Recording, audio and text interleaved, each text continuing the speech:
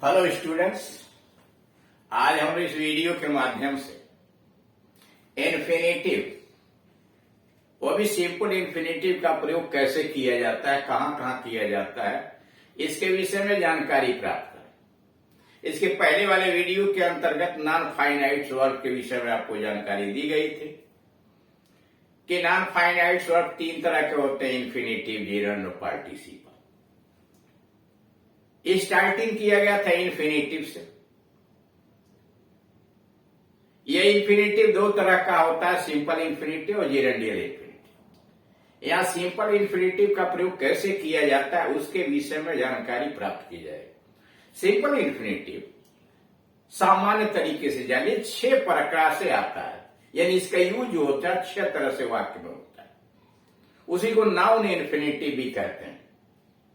Noun infinitive नाम इसलिए पड़ा हुआ है कि नाउन का काम करता है, और नाउन क्या क्या काम करता है वही काम अगर इन्फिनेटिव करता है तो सिंपल इन्फिनेटिव कहलाता है। जैसे नाउन किसी क्रिया का सब्जेक्ट बन जाता है, अगर उस सब्जेक्ट के स्थान पर इन्फिनेटिव का प्रयोग किया गया है तो अभी नाउन इन्फिनेटिव कहलाएगा, सिंपल इन्फिनेटिव। नाउन किसी क्रिया का ऑब्जेक्ट बनता है, अगर उसके स्थान पर यह आ गया तो यह भी ऑब्जेक्ट का काम करेगा और नाउन इन्फिनेटिव कहलाएगा। जैसे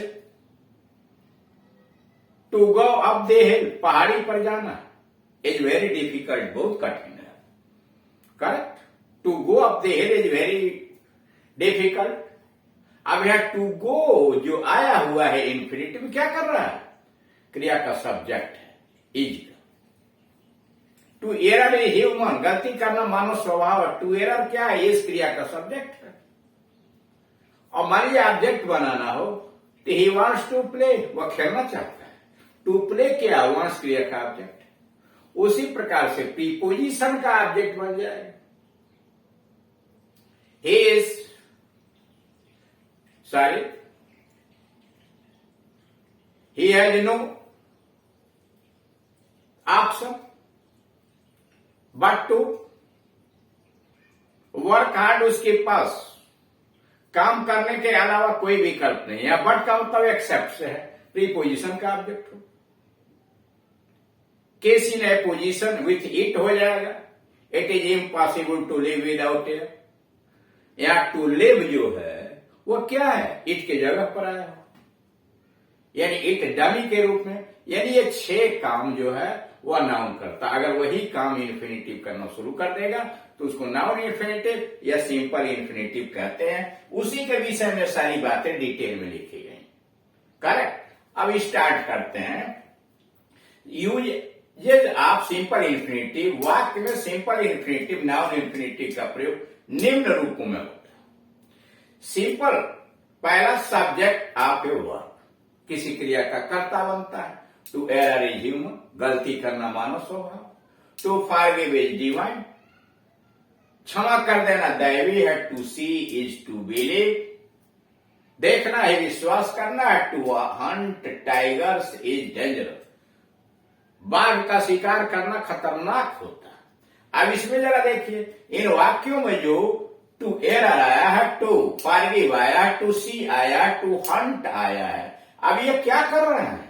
इनका प्रयोग सिंपल इन्फिनेटिव की तरह से हो, क्योंकि यह वाक्यों में क्रियाओं के सब्जेक्ट के स्थान पर आया। टू एरर इज का सब्जेक्ट है, यहाँ टू सी इज का है, यहाँ इज का सब्जेक्ट टू हंट है। यानी सब क्रिया के सब्जेक्ट बने हुए हैं, इसलिए इनको सिंपल इन्फिनेटिव कहेंगे। नंबर 2, ऑब्जेक्ट टू एवर, किसी क्रिया का object. He refuse to obey the order, उसने आदेश मानने से इनकार कर दिया। We want to play cricket, हम चाहते हैं, तो क्या चाहते हैं? To play. वांट क्रिया का ऑब्जेक्ट टू प्ले है, और टू प्ले का भी ऑब्जेक्ट है क्रिकेट। देखिए, वी हम चाहते हैं, वांट हम चाहते, क्या चाहते, क्या के उत्तर में जो आता है वो ऑब्जेक्ट होता है। मान लीजिए हम लिख देते हैं वी वांट ए बैट, हम एक बैट चाहते हैं। क्या चाहते हैं? बैट। बैट होता ऑब्जेक्ट। उस बैट के जगह पर हमने क्या किया? टू प्ले लिख दिया, हम खेलना चाहते हैं। फिर खेलना में प्रश्न कीजिए, क्या खेलना चाहते हैं? तो क्या खेलना चाहते हैं? क्रिकेट। वांट क्रिया का ऑब्जेक्ट टू प्ले हुआ, और टू प्ले क्रिया का ऑब्जेक्ट क्रिकेट हुआ। आप जानते हैं ना, फाइनाइट वर्ब इसीलिए नाम पड़ता है कि यह दो काम करता है, नाउन का भी काम कर रहा है, वर्ब तो है तो वर्ब का काम तो करेगा ही करेगा। दो काम करने की वजह से इसे डबल पार्ट्स ऑफ स्पीच भी कहते हैं। Everybody wishes to enjoy life, हर आदमी जीवन का आनंद लेना चाहता है। Hari promise to help me, Hari ने वादा किया, क्या वादा किया? टू हेल्प, किसको? मी। प्रॉमिस्ड का ऑब्जेक्ट जो है टू हेल्प है और टू हेल्प का ऑब्जेक्ट मी है। इन वाक्यों में to obey, to play, to enjoy और टू हेल्प का प्रयोग सिंपल इन्फिनिटिव की तरह हुआ है। ये वाक्य में क्रियाओं रिफ्यूज्ड, वांट, विशेष, प्रॉमिस्ड के ऑब्जेक्ट है। नंबर 3 काम क्या है?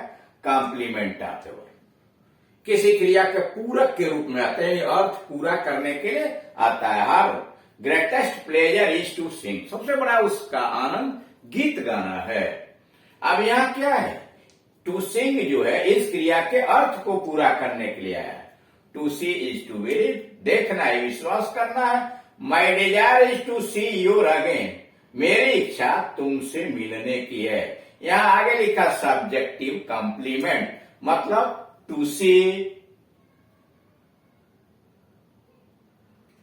सॉरी यहां जो आया हुआ है her greatest pleasure is to see, to see है, यहां टू बिलीव है और यहां टू सी, ये क्या है? सब्जेक्टिव कॉम्प्लीमेंट है, सब्जेक्ट के अर्थ को पूरा कर रहा है। और चौथे में ऐसा हिम गो, मैंने उसे जाते हुए देखा। ही मेड मी रन, उसने मुझे दौड़ा दिया। ये ऑब्जेक्टिव कॉम्प्लीमेंट है। यहां रन ऑब्जेक्ट के अर्थ को पूरा करने के लिए आया है और यहां गो हिम के अर्थ को पूरा करने के लिए आया हुआ है। इन वाक्यों में to sing, to believe, to see का प्रयोग सिंपल इन्फिनिटिव की तरह से है, क्योंकि ये वाक्यों में लिंकिंग वर्ब का काम करना है, यानी कॉम्प्लीमेंट्स का काम करना है। अब कॉम्प्लीमेंट्स का काम करने की वजह से इनका नाम जो पड़ जाता है वह कॉम्प्लीमेंट्स हो जाता है, यानी ये इन्फिनिटिव इन क्रियाओं के ऑब्जेक्ट के रूप में, पूरक के रूप में आए हुए हैं, इसलिए इनको सिंपल इन्फिनिटिव कहेंगे। नंबर 4 कार्य क्या है? ऑब्जेक्ट टू ए प्रीपोजिशन, किसी प्रीपोजिशन के ऑब्जेक्ट अर्थात गवर्नड बाय ए प्रीपोजिशन, यानी ऑब्जेक्ट के पहले कोई न कोई प्रीपोजिशन आया होगा, यानी इन्फिनिटिव के पहले कोई प्रीपोजिशन आ जाता है। जैसे I have no choice but, यानी बट का मतलब एक्सेप्ट, एक्सेप्ट का मतलब सिवाय, तो ओबे, मेरे पास आदेश मानने के अलावा कोई विकल्प नहीं था। The speaker was about to begin, वक्ता बोलने ही वाला था। यहाँ अबाउट का प्रीपोजिशन से governor to begin, the teacher was about to teach, अध्यापक पढ़ाने वाले थे। यहाँ टू टीच इस अबाउट के द्वारा गवर्नर, यानी अबाउट प्रीपोजिशन का ऑब्जेक्ट कहेंगे। इन वाक्यों में टू ओबे, टू बिगिन और टू टीच का प्रयोग सिंपल इन्फिनिटिव की तरह हुआ, क्योंकि ये वाक्यों के प्रीपोजिशंस के द्वारा गवर्न किए गए हैं, अर्थात उनके ऑब्जेक्ट्स हैं। प्रीपोजिशन द्वारा संबंधित होने के कारण ये नाउन का कार्य करते हैं, अतः इन्हें सिंपल इन्फिनिटिव कहते हैं। नोट, पहले वाक्य में जो बट आया है उसका अर्थ एक्सेप्ट है, सिवाय है, लेकिन नहीं है एक्सेप्ट यानी सिवाय। 5वां काम है ऑब्जेक्ट कॉम्प्लीमेंट, अर्थात ऑब्जेक्टिव कॉम्प्लीमेंट, यानी ऑब्जेक्ट का जो काम करे। ऑब्जेक्ट कॉम्प्लीमेंट यानी अर्थात ऑब्जेक्टिव कॉम्प्लीमेंट। पहला ऐसा है वो, मैंने उसे देखा। अब यहां वो क्या कर रहा है? इस ऑब्जेक्ट के अर्थ को पूरा करने के लिए आया। आई हर्ड हिम, मैंने उसे सुना, क्राई, चिल्लाते हुए। We need not go today, हमें आज जाने की जरूरत नहीं है। वी नीड नॉट गो, हमें जाने की आवश्यकता नहीं है। We need not go today. Make him stand, उसे खड़ा करा दो। इन वाक्यों में प्रत्येक इन्फिनेटिव गो हुआ, क्राई हुआ, फिर गो हुआ, स्टैंड हुआ, ये क्या है कि पहले टू छिपा हुआ, यानी इसमें देख रहे हैं कि टू छिपा हुआ है। यहां भी आप देखिए heard him cry, to cry नहीं लिखा है, टू गो नहीं लिखा है, यहां भी टू गो नहीं है, यहां भी टू स्टैंड नहीं है। कारण इसका है टू इसलिए छिपाया गया है कि जब भी वाक्य में क्रिया सी आती है, देखना हियर सुनना, और नीड आता है, आवश्यकता होना, मेक होता है या लेट होता है, तो उसके बाद इन्फिनिटी का जो सामान्य चिन्ह है टू, उसे छिपा लिया जाता है। केस इन एपोजिशन, छठा काम है case in apposition with it. It के साथ उसके बदले में आया हुआ है, अर्थात डमी इट का प्रयोग। It is impossible to live without air. It को हटा दिया और वह लिख दिया to live without air is impossible. यानी टू लिव विदाउट एयर किसके लिए आया है? इट के लिए आया है। It is impossible to live without air, और इट को हटाया to live without air is impossible. It is your duty to obey your parents. तो to obey your parents is your duty. It is delightful to hear the sound of sea. तो to hear the sound of sea is delightful. इन वाक्यों में to live, to obey, to hear का प्रयोग simple infinitive की तरह हुआ है, क्योंकि ये वाक्यों में डमी सब्जेक्ट अर्थात इट के केस इन एपोजिशन के रूप में प्रयोग किए गए। नोट, अब यहां देख रहे हैं क्योंकि ये वाक्यों में डमी सब्जेक्ट अर्थात इट के केस इन एपोजिशन है।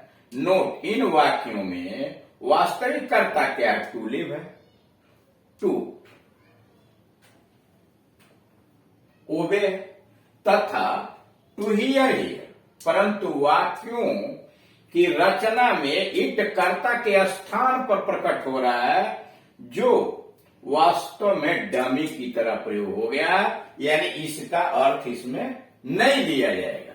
यानी इस प्रकार से आपने देखा कि सिंपल इन्फिनेटिव का प्रयोग ठीक नाउन की तरह से कर लिया जाता है, इसलिए उसे नाउन इन्फिनेटिव या सिंपल इन्फिनेटिव का कहते हैं। और वह काम क्या कर रहा है? किसी क्रिया का सब्जेक्ट बन जा रहा है इन्फिनेटिव, किसी क्रिया का ऑब्जेक्ट बन जा रहा है, किसी प्रीपोजिशन का ऑब्जेक्ट हो जा रहा है, किसी क्रिया का कॉम्प्लीमेंट हो जा रहा है, ऑब्जेक्ट कॉम्प्लीमेंट हो रहा है, और case in apposition with it हो रहा है। तो इस प्रकार से आपने देखा कि सिंपल इन्फिनेटिव का प्रयोग किस प्रकार से किया जाता है। अब इस अगले वाले वीडियोस के अंतर्गत आपको जेरेंडियल इन्फिनेटिव वह क्या होता है, उसका काम क्या है, उसके विषय में कैसे जानकारी, इसके विषय में अगले वाले वीडियोस के अंतर्गत आपको जानकारी दी जाएगी। Thank you.